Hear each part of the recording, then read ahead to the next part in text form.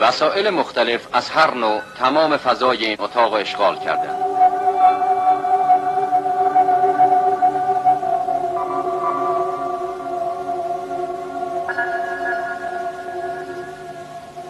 از تلویزیون و دوربین گرفته تا ضبط صوت و آمپلیفایرهای صوتی و تمام اینها در اختیار کسی قرار میگیره که میخواد با دنیای ارواح تماس بگیره.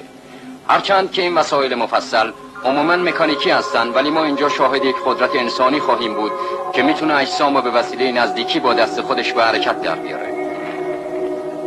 حالا به طور غیر قابل باوری آقای اولسون قدرت کنترل روحی دنیای خودش رو به ما نشون میده.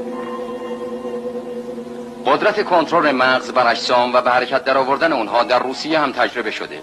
در این مورد بزرگترین تجربه در رشته کنترل روح بر انتقال اجسام به وسیله آنیتا کولاگانا انجام شده. در این محل تحت نظر کاملا دقیق چند دانشمند کولاگانا تونست جهت عقربه قطب نما رو حرکت بده بدون کوچکترین تماسی.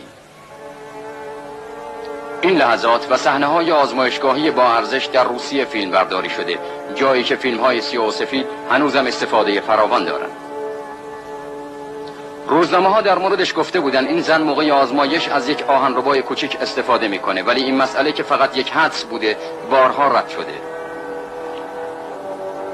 اون حتی قادر با تمرکز خیلی شدید تمام بدنه قطب نما را به حرکت در بیاره، ولی برای این کار باید تقریباً 2 ساعت قبل از شروع تجربه کاملا خودشو متمرکز کنه.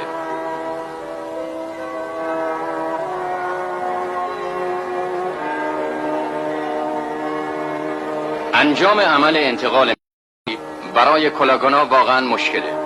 این عمل باعث میشه فشار خونش بالا بره و در نتیجه موقع تجربه تعداد ضربان قلبش گاهی اوقات به 250 میرسه و گاهی اوقات بعد از شرکت در جلسه تقریبا 2 کیلو وزن کم میکنه. کولاگانا در ضمن قادر وسایلی مثل فندک، قوطی سیگار، کبریت، درقوطی و یا دکمه رو روی میز به حرکت در بیاره.